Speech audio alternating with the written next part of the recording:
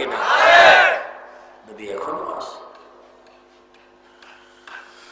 নবী এখনো থাকতে পারে।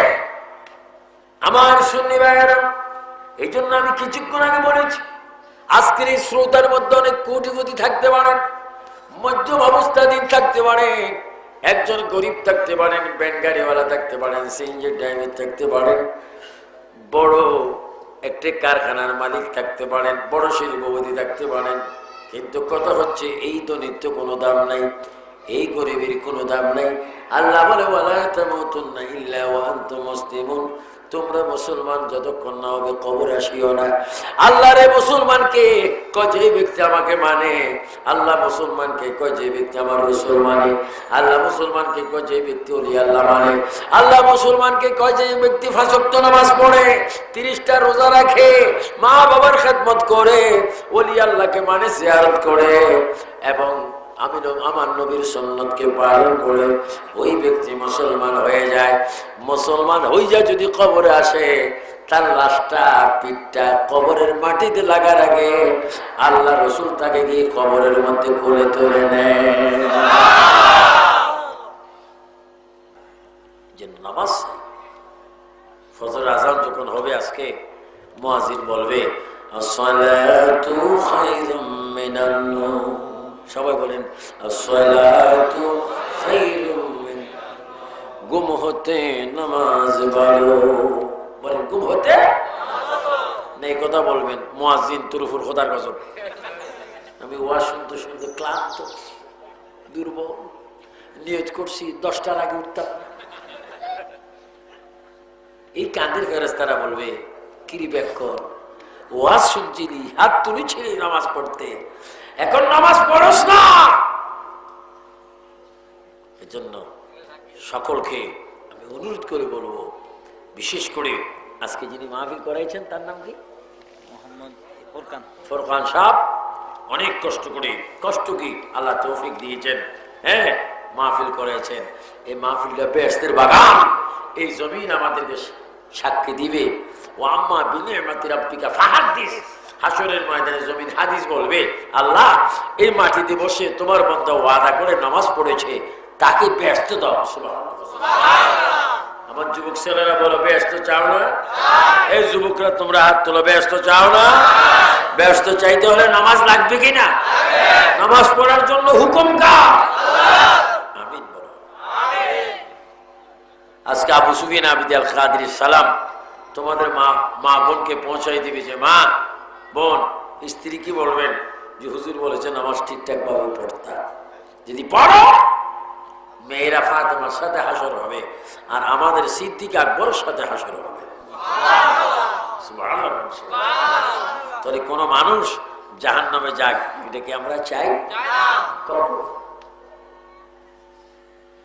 এর জন্য মুসলমান যখন বিপদে পড়বে, একটা সমাজে একটা উপযুক্ত মেয়ে আছে, বিয়ে দিতে পারে না টাকার অভাবে, সমাজে যারা ধনী মানুষ বা কয়েকজন একত্রিত হয়ে একটা মেয়েকে যদি উপযুক্ত মেয়েকে বিয়ে দিতে পারো, তাহলে তুমি একটা মসজিদ করার সওয়াব পাবে। যদি কোনো বিমারি ডাক্তার ওষুধের কি দিয়েছে, ওষুধে স্লিপ কে কইছে বালা একবার একবার খাস কথা এনি বলো, বাংলা ভাষার ভিতরে আবার ইংলিশ বাবু। এখন রিক্সাওয়ালারও ইংলিশ কয়, কয় বাবা একটু রাস্তা একটু আস্তে ধীরে চালাও, কয় সুপ মারিতে না আমার আইডিয়া আছে।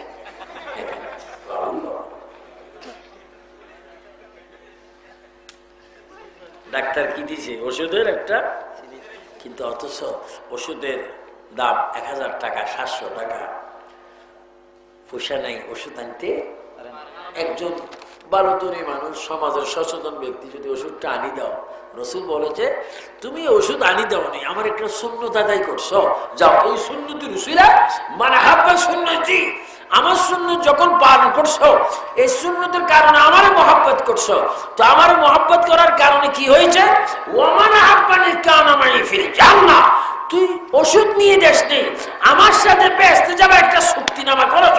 জোরে বলেন সুবহানাল্লাহ। আমরা নবীর সুন্নাত চাই কিনা? এটা কি মাহফিল? সুন্নি ওয়াজ মাহফিল। কিন্তু ওয়াজ সুন্নি, আমলে সুন্নি নেই। এই জন্য সুন্নত গুলা পালন করবেন। কোন বিমানে যদি অসুস্থ দেখতে যাবেন, যাই, প্রয়োজন না হলেও বলবেন আপনার কিছু লাগবে, যদিও না দেন শূন্য দাদাই হচ্ছে ডাক্তার আনতাম। আল্লাহ বলেন, নসুল বলেন, তোর এই মা বাপ যদি তোর জন্য মূর্খ, তোমার এই মা বাবার পায়ের নিচে তোমার বেহেশত। আমার যুবক ছেলেরা বলো, মা বাবার খেদমত চাই কিনা? এই জন্য মা বাবার খেদমত বেশি বেশি করবেন। এই ফুরকান উদ্দিন সাহেব আজকে যে এখানে মাহফিল করার সুযোগ করে দিয়েছে, আর আপনাদের মা বাবার কথা শুনতেছেন, যদি আপনার আমল করেন, ওনার আমলে আল্লাহ সওয়াবগুলো দান করবেন। ওনার পূর্বপুরুষ যদি কবরে চলে গিয়ে থাকে, তাদের কবরকে আল্লাহ জান্নাত বানাবেন। এই জন্য আমার ভাইয়েরা, আপনার সব সময় আমল করতে চেষ্টা করবেন। এক মুসলমানকে দেখলে কি দিবেন? সালাম দিবেন। সালাম সুন্দর করে সালাম দিবেন। আল্লাহর নবী, দু জাহানের বাদশা নবীর স্ত্রীগণ কয়েকজন বিবি ছিলেন।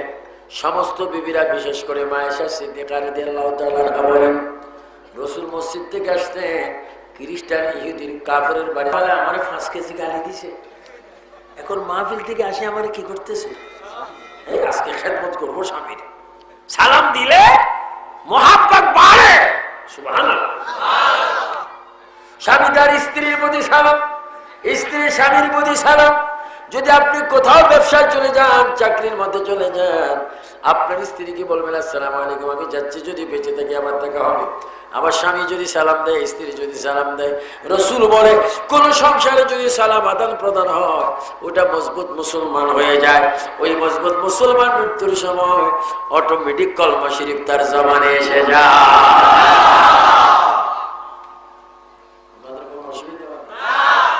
আমলের কথা বলার কারণে আমল দরকার আছে। আমল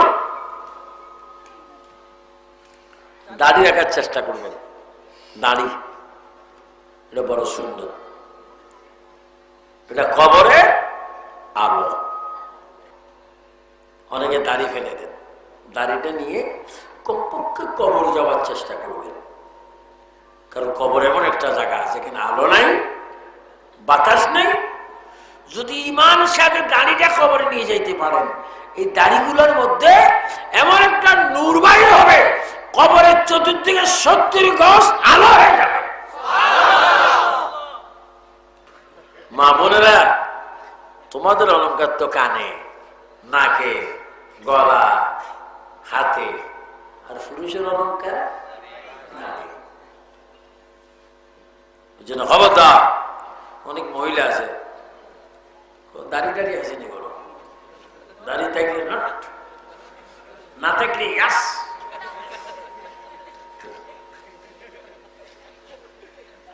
খবর আছে, ফেরেশতা আছে কাঁদে। কয়জন?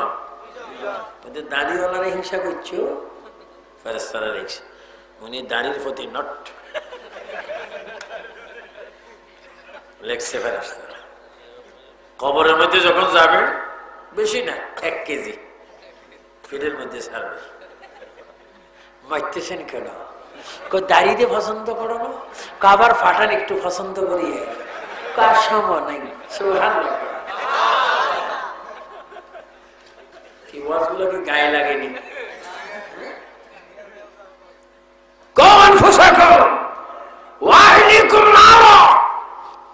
তুমি নিজেও জাহান্নামের আগুন থেকে বাঁচাও, তোমার আহালকে বাঁচাও। আমি চাঁদপুরের সন্তান হলে কি হবে? সুন্নিয়তের স্বার্থে চট্টগ্রামের জমিনে, ঢাকার জমিনে, টেকনাফ থেকে তেতুলিয়া, এশিয়ার থেকে ইউরোপ, কি আমেরিকা, কি রাশিয়া, অল বিশ্বে সুন্নিয়তের পক্ষে কথা বলার আল্লাহ ক্ষমতা দিয়েছেন। আমরা সকলে জাহান্নাম থেকে বাঁচতে চাই কি চাই না? হাত তুলে বলে চাই কি চাই না? বলেন আল্লাহু আকবার। ইয়া রাসূলুল্লাহ।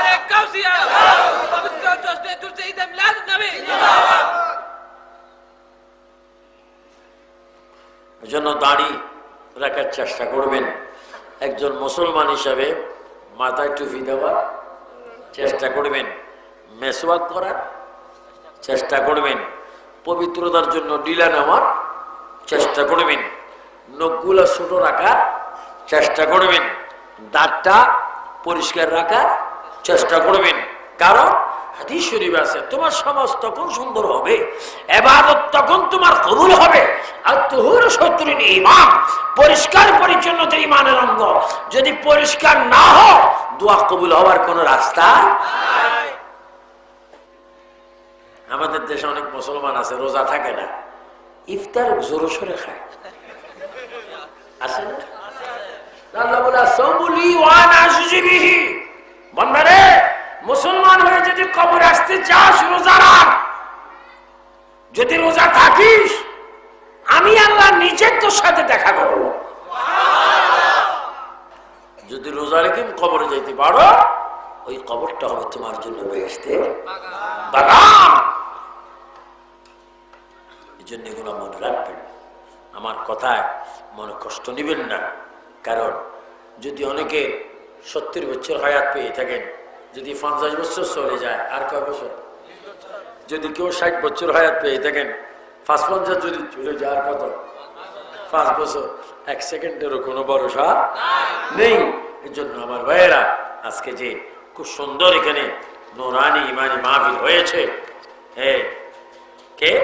ফুরকান উদ্দিন।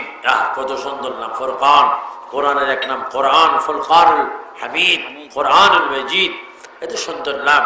আজকে যে মাহফিল করেছে আমি তাকে দোয়া করি, তার পূর্বপুরুষকে দোয়া করি, তার এলাকাবাসীকে দোয়া করি আল্লাহ যেন আমাদেরকে পরিপূর্ণ মুসলিম হয়ে মুসলমান হয়ে কবরে যাওয়ার তৌফিক দান করেন। আর একটু জোরে বলুন না আমিন। এই জন্য সব সময় দুরূদ শরীফ পড়বেন, মিলাদ শরীফ পড়বেন। এবং আরেকটা কথা, ঘরের মধ্যে কোরআন শরীফ অনেকের আছে কিনা? কিন্তু টিভির উপরে পর্দা আছে, কোরআন শরীফের গিলাফ আফসোস।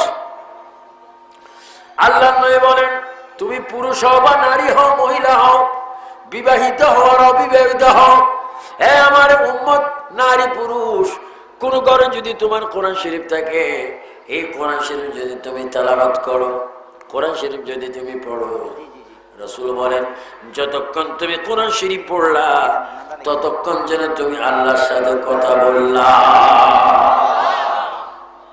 জোরে বলো আমরা কোরআন শরীফের তেলাওয়াত চাই কিনা? আরো জোরে বলো চাই কিনা? মুসলমানের জন্য কোরআন শরীফ শিক্ষা করার কে? শিক্ষা ফরজ কে করেছেন? আল্লাহ করেছেন।